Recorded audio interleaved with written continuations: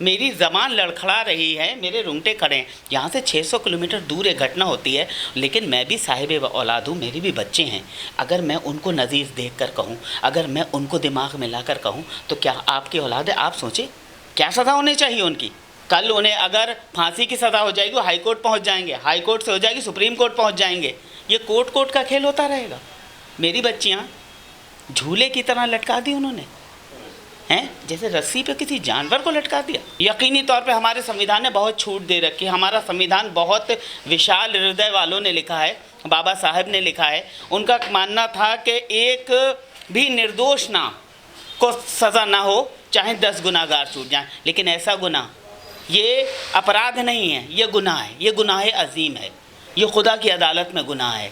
इंसानियत के नाम पर धब्बा हैं, इनके पब्लिक इनकाउंटर होना चाहिए। 200 की भीड़ आए कोर्ट के बाहर, इन्हें शहीद कर देने, मार देने, नेस्त नाबूद कर देने, यही इनकी सज़ा है। लेकिन देश में सर कोर्ट कचहरी है, पुलिस है, आपको उन पर विश्वास नहीं है क्या?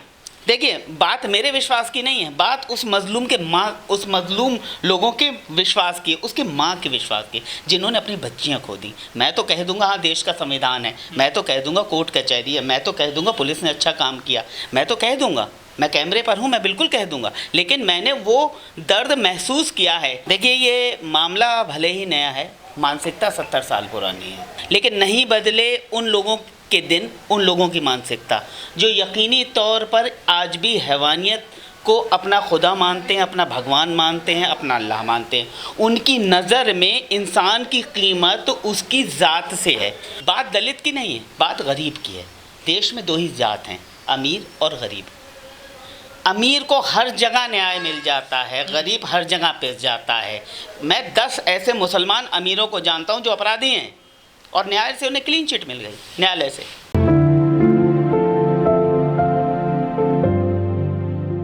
उनकी मानसिकता, उन लोगों की मानसिकता में पिछले 75 साल में कोई बदलाव नहीं आया। घटना नई है ये, लेकिन मानसिकता वही पुरानी है, 75 साल वाली। अब परेशानी सबसे बड़ी ये आती है कि किस तरह से आप इस घटना को लेते हैं। एक बच्ची निर्भया कांड हुआ, पूरे देश में कैंडल मार्च हुआ, है ना, तो इस बच्ची के लिए क्यों नहीं? और इसकी ज़रूरत आती क्यों है? किस हौसले के साथ वो लोग गाजर मूली की तरह दलित बच्चियों को, गरीब बच्चियों को अपनी हवस का शिकार बना रहे हैं। लेकिन परेशानी में यही है, मैं पहले भी इस बात को मानता हूँ, आज भी मानता हूँ और आगे भी मानता रहूँगा जब तक इस स्थिति में परिवर्तन नहीं आएगा। बड़ी बात यह है कि इस देश में 2 तरह के लोग रहते हैं। बात दलित की नहीं है, बात अमीर और गरीब की है। अगर यही बच्ची किसी करोड़पति की होती तो आज पूरे देश में कोहराम मच गया होता। ये बच्ची गरीब की है, ये बच्ची दलित की है, ये बच्ची उस परिवार की है जिनके पास 2 जून की रोटी नहीं है खाने के लिए। तो उस बच्ची के लिए मुझे और आपको आगे आना होगा, क्योंकि उनके पास इतना सामर्थ्य नहीं है, उनके पास आवाज़ नहीं है। आप खुद सोचिए, जिसकी मासूम बच्चियाँ पेड़ पर जानवरों की तरह मार के लटका दी गई हों, उस माँ के दिल पे क्या बीत रही होगी। 600 किलोमीटर दूर की घटना है, लेकिन मैं भी साहिब औलाद हूँ, आपकी भी औलाद होगी। आप अपनी जगह रख के सोचिए, मैं अपनी जगह रख के सोचूं। क्या सर, मोदी साहब ने एक बयान दिया था 2016 में कि मेरे दलित भाइयों को मत मारो, चाहे मुझे शूट कर लो। पीएम साहब ऐसा बयान देते हैं, उसके बावजूद दलितों पे ऐसी घटनाएं नहीं रुक पाती। आखिर कहना क्या चाहते हैं पीएम साहब? मजबूत प्रधानमंत्री है देश के, पूरी दुनिया में डंका बज रहा है उनका, और दलितों पर जो अत्याचार बढ़ रहे हैं। देखिए, बात मानसिकता की है। पीएम माइक से, जैसे हो सकता है मैं भी यहाँ एक भाषण दे दूँ, हो सकता है मैं भी 4 अच्छी बातें कह के अपने गाड़ी में बैठ कर एसी में चला जाऊँ। बात उस मानसिकता की है कि किस किस को याद कीजिए, किस किस को रोइए। आराम बड़ी चीज़ है, मुँह ढक के सोइए। देश में आजकल ये चल रहा है, देश में चल रहा है कि आपके पास अगर धन है, आपकी साहिब हैसियत है, आपकी शहर में, गाँव में, मोहल्ले में, कॉलोनी में, सोसाइटी में औकात है, तब आपकी आवाज़ है। वरना आप गूंगे बहरों की तरह 5 साल में एक बार मंदिर मस्जिद के नाम पर आइए, वोट दीजिए और घर चले जाइए। सर, राजस्थान के जालौर में एक दलित बालक पानी छू लेता है, मटका छू लेता है, उसका भी जो है कत्ल कर दिया जाता है, मृत्यु हो जाती है उसकी मास्टर की पिटाई के द्वारा। यहाँ पर एक दलित बहनों को उठा लिया जाता है खुलेआम। क्या दलित आज़ाद नहीं है क्या 75 साल बाद भी देश में, जो उनकी कुछ ऐसी वैल्यू नहीं रही है आज भी? चलिए, मैं फिर आपको 3 मिनट पहले ले चलता हूँ। मैंने 3 मिनट पहले, 2 मिनट पहले आपसे एक बात अर्ज़ की कि देश में 2 ही तरह के लोग हैं, गरीब और अमीर। आप दलित को गरीबी की कैटेगरी में, दलित लोगों की, दलित समुदाय मानते हैं 2 जात हैं, अमीर और गरीब? जी हाँ, बस पक्का, बिल्कुल। तो मौत का मुआवजा अमीर को मिलता है 1 करोड़ रुपए, तिवारी को, और यहाँ पे 8 लाख रुपए में बहका रहे दलित की आप लाशों को। बिल्कुल आप सही कह रहे हो, मैंने कहा ना जात का अंतर हुआ ना, बिल्कुल हो गया। अभी आप कह रहे थे कि 2 जात केवल अमीर और गरीब। तिवारी गरीब नहीं होते, पंडित, ब्राह्मण, अन्य जातियां मुस्लिम और दलित से बहुत ऊपर हैं इस देश में। तभी बाबा साहब ने आरक्षण दिया, तभी कहा इनका उत्थान हो और ये बराबर में आ जाएं। आर्थिक दृष्टिकोण से जो मजबूत है उसकी आवाज़ बुलंद होगी, उसको न्याय जल्दी मिलेगा। उसके लिए पुलिस प्रशासन मीडिया सर उठाकर खड़े हैं, हाथों में सोने की थाली लेकर खड़े हैं। लेकिन जिस गरीब की झोपड़ी में पानी टपक रहा है, जिस गरीब के बर्तन में भी छेद हो गया है, उसकी आवाज़ उठाने वाला कोई नहीं है। ईश्वर भी शायद आंखें बंद करके आराम से सो रहा है। तो मतलब जाति कोई फैक्टर नहीं है देश में? जी नहीं, मैं मानता ही नहीं, मैं अमीर और गरीब मानता हूँ। मेरा निजी मानना ये है कि इस देश में 2 ही तरह के लोग रहते हैं, अमीर और गरीब। अमीर आज भी और अमीर होते जा रहे हैं, गरीब और गरीब होते जा रहे हैं। इसमें दलित और मुस्लिम बुरी तरह से पीसे जा रहे हैं। तो दलित के निशाने पे क्यों है, उनकी बहन बेटे निशाने पे क्यों है, यदि सब अमीर गरीब के साथ में अत्याचार होता है? मैं आपसे अभी अर्ज किया मैंने आपको, 70 साल से ये है ना कि कुएं से बावड़ी से पानी नहीं पीछे सकते। आपसे एक संपादक है अपने अखबार के, आपको पता है कि दलितों पे हर मिनट में अत्याचार होता है क्या? और तो बिल्कुल आप सही कह रहे हैं। गरीब जो और जात में भी उनके साथ में अत्याचार हो रहा है सर? उन पर भी हो रहा है। कितने आंकड़े हैं बताइए? मैं ये मानता हूँ कि 37% जो लोग हैं वो एक क्लास के ऊपर हैं, बाकी 63% लोग जो हैं वो गरीबी रेखा के नीचे हैं। इसमें सबसे ज़्यादा अधिक निशाने पर दलित समुदाय है, जिनके लिए मानसिकता ये है कि वो बावड़ी से पानी भी पी लेते थे तो गोली मार दी जाती थी। वही मानसिकता अभी आपने बताया, जैसे कि राजस्थान में एक बच्चे ने मटका छू लिया। अरे वो प्यासा था, मासूम था यार, वो बच्चा जात के आधार पर हुआ ना? बिल्कुल हुआ, जात के आधार पर शोषण हुआ ना? हाँ, लेकिन अमीर गरीबी नहीं है ना? हाँ नहीं, अमीर गरीबी है यहाँ बात में थोड़ा सा फर्क है। मैं आपको थोड़ा सा वाजा करूंगा, पूरी जात ही फर्क है। मैं आपको थोड़ी सी इसमें बात में कर रहा हूँ कि आपके क्वेश्चन और मेरे आंसर में थोड़ा सा फर्क क्या है। अगर यही बच्चा IIT में होता तो इसके साथ ये नहीं होता।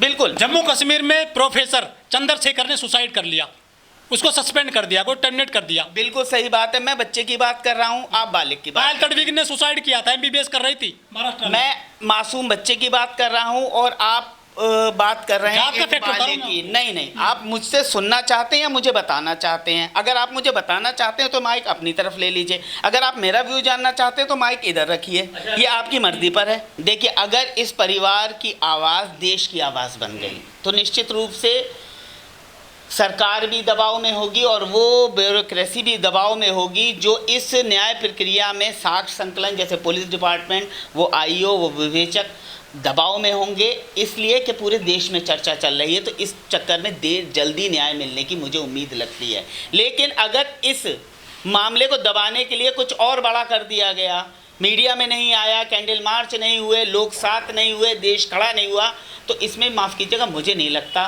कि न्याय जल्दी मिल सकेगा। अगर तुम न्याय दिलवा नहीं सकते तो न्याय के बीच रोड़ा मत बनो। कुछ ऐसे लोग हैं जो अपने स्वार्थ के लिए, राजनीतिक स्वार्थ के लिए, आर्थिक स्वार्थ के लिए, अपने हितों के लिए न्याय अन्याय के बीच फ़र्क ही नहीं समझते और वो ये मानते हैं कि दलित की आवाज़ है, मुस्लिम की आवाज़ है, कुचल दी जाएगी, 10 दिन में पुरानी हो जाएगी, 20 दिन में कोई नहीं सुनेगा इसे। तो ऐसी मानसिकता वाले लोग जब तक मौजूद रहेंगे उन कुर्सियों पर, जहाँ पर मुस्तहक़ लोग होना चाहिए, जहाँ पर जिम्मेदार लोग होना चाहिए, जहाँ पर मुनसिफ लोग होना चाहिए, जहाँ पर न्याय के न्यायाधीश होना चाहिए, न्याय का चश्मा पहनकर उसी की न्याय की रोशनी में काम करने वाले लोग होना चाहिए, उनके अंधेरे चश्मों को रोशन करने का वक्त आ गया है कि आज देश उन बच्चियों के लिए खड़ा हो जाए। हर व्यक्ति को, मुझे भी, आपको भी अपने बच्चों का अक्स उनमें देखना चाहिए और कम से कम एक दिन पूरे शहर में, पूरे देश में इस बात की चर्चा करना चाहिए कि क्या उस बच्चे के साथ सही हुआ, क्या उनके परिवार को न्याय मिल पाएगा। देखिए, मैं जिस पेशे में हूँ, आप भी उस पेशे में हैं, हम लोगों ने 12-12, 14-14 साल का अर्सा देख लिया इस पेशे में। कुछ घोड़े हंटर से दौड़ते हैं और कुछ घोड़े समझदार होते हैं, अपने आप ही अपना सफ़र तय कर लेते हैं। देश में समझदार घोड़ों की संख्या धीरे धीरे 2014 के बाद कम होती गई और हंटर वाले घोड़े आ गए। डॉक्टर रेड्डी का मामला होता है हैदराबाद का, वहाँ ना कोर्ट ना कचहरी ना तारीख, सीधा इनकाउंटर कर दिया जाता है, आपको पता होगा डॉक्टर रेड्डी का जब वो मामला आता। जी। लेकिन यहाँ पे आप मोमबत्ती की बात करते हैं। देखिए, क्या मोमबत्ती से न्याय मिलेगा? देखिए, न्याय मिलेगा न्यायालय से, मोमबत्ती से दबाव पड़ेगा उन ब्यूरोक्रेसी पर जो साक्ष्य संकलन करते हैं। आप हर जगह अगर बंदूक की बात करें, कहीं ना कहीं ठीक है, मैंने आपको बताया, अर्ज किया कि अगर करना ही है तो वो 15 पुलिस वालों का, उन 15 पुलिस वालों का कोई पुरसाने हाल है, उनके खिलाफ FIR हुई है, उन्हें साक्ष्य देना पड़ रहे हैं कि नहीं एनकाउंटर नहीं था, ये था। उन्होंने जो किया उनकी मानसिकता थी, उनका निजी फैसला था। देश में फूल बरसे, देश में मिठाइयाँ बटी, लेकिन क्या उन 15 पुलिस वालों के खिलाफ क्या कानूनी कार्रवाई हो रही है, उसमें कोई शरीक है? जिन हाथों ने फूल मालाएं उन्हें पहनाई थी, आज कम से कम उनके लिए खड़े तो हो जाओ कोर्ट के बाहर। उनके खिलाफ मुकदमा चल रहा है, ये उनका निजी मामला है। अगर कोई दिलवाला, कोई अच्छा पुलिसकर्मी आता है और आरोपियों को गोली मार देता है तो यकीनी तौर पर इस देश में फिर फूल बरसेंगे, फिर मिठाइयाँ बटेंगी। लेकिन ये एक समाधान नहीं है। समाधान है उस मानसिकता को तोड़ने का, समाधान है उस विचारधारा पर वार करने का, जिन्होंने सोच लिया कि एक दलित है, मुस्लिम है, गाजर मूली है, काट दो, इस्तेमाल करो, निचोड़ो, फेंक दो। वो चीज़ नहीं होना चाहिए। बहुत गलत। अरे कह रहे हो तुम आत्महत्या हैं, तुम साहिब औलाद नहीं हो, तुम्हारी औलाद नहीं है, कैसे आत्महत्या थी? तुम्हारी नौकरी बच जाए। अरे जो ASP है, जो IPS है, वो IPS ही रहेगा। गोंडा नहीं होगा, बस्ती होगा, बस्ती नहीं कानपुर, कानपुर नहीं बरेली, बरेली नहीं बिजनौर। सिपाही तो नहीं हो जाएगा तो सच को सच क्यों नहीं कह रहे हो कि क्या हुआ कि मुझे हटा देंगे, मुझ पे इंक्वायरी हो जाएगी? अरे गलती हुई है, तुम्हारी जिम्मेदारी है, तुम रिस्पॉन्सिबल हो। तुमने वर्दी की कसम खाई, तुमने संविधान की कसम खाई थी कि हर किसी की रक्षा करूंगा। तुम अपनी जिम्मेदारी से पीछे हो तो नैतिकता के आधार पे तुम्हें इस्तीफा दे देना चाहिए था, हट जाना चाहिए था, और उस पर तुम बहाने बना रहे हो।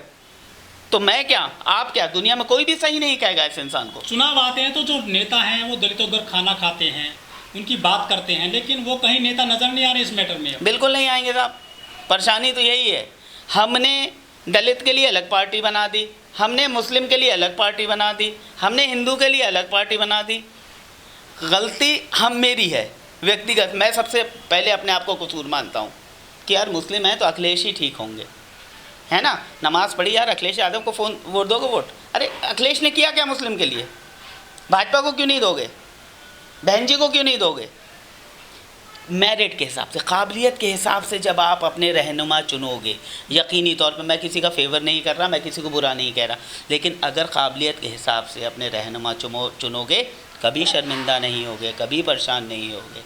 जो एक से कहते दलित सांसद हैं जो बाबा साहब के कोटे से सदन में पहुँचे, सैकड़ों विधायक भी हैं SC ST, क्या वो कहाँ काम करते हैं? दलितों को क्या वो अधिकार नहीं दिलवा पाए, उनको न्याय नहीं दिलवा पा रहे हैं वो? देखिए, सबकी एक सीमाएं होती हैं और सबकी एक अंतरात्मा होती है। कुछ लोग छक्का मारते हैं और कुछ लोग सिंगल से मैच जिता देते हैं। कहानी यहाँ पर यही है, कलेजा लाओ। अगर बाबा साहेब को पढ़ा है, अगर बाबा साहेब को देखा है तो उनको नकार नहीं पाओगे।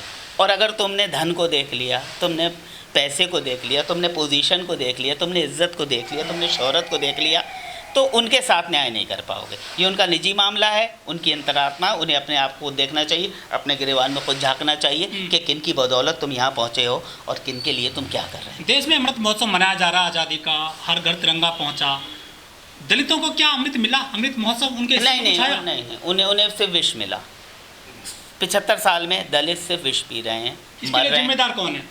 वो लोग जिम्मेदार हैं जो लोग चुनकर संसद पहुंचते हैं, वो लोग जिम्मेदार हैं जिनको चुना जाता है और वो विधायक बनते हैं। वो 4 दिन खाना खाते हैं, जिस थाली में खाते हैं शायद उसे अपने घर से लाते होंगे या फिर पत्तल में खा लेते होंगे। मैंने तो नहीं देखा कि किसी रामदास के साथ किसी शर्मा जी ने एक ही प्लेट में एक ही निवाला खा लिया हो, या कभी एक गिलास पानी पी लिया हो, उसके बच्चे को गोद में उठाकर उसका आधा लड्डू खा लिया होगा। आपने देखा? मैंने तो नहीं देखा।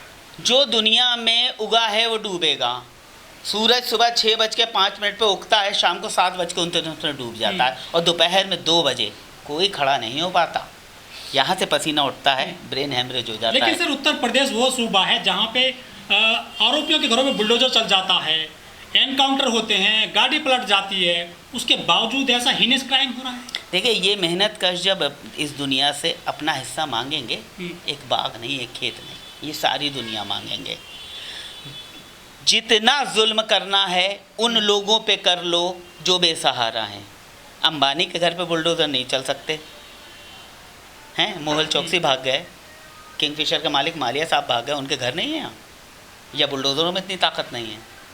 ये मैं कह रहा हूँ, ये निज़ाम है, ये वक्त के साथ बदलेगा, यकीन मानिए। मैं यहीं होऊंगा, आप यहीं होंगे, माइक यहीं होगा, इंटरव्यू यहीं होगा, और आप देखेंगे इस घनघोर अन्याय का सूरज अस्त होगा और उजाला निकलेगा, और वो न्याय का उजाला होगा।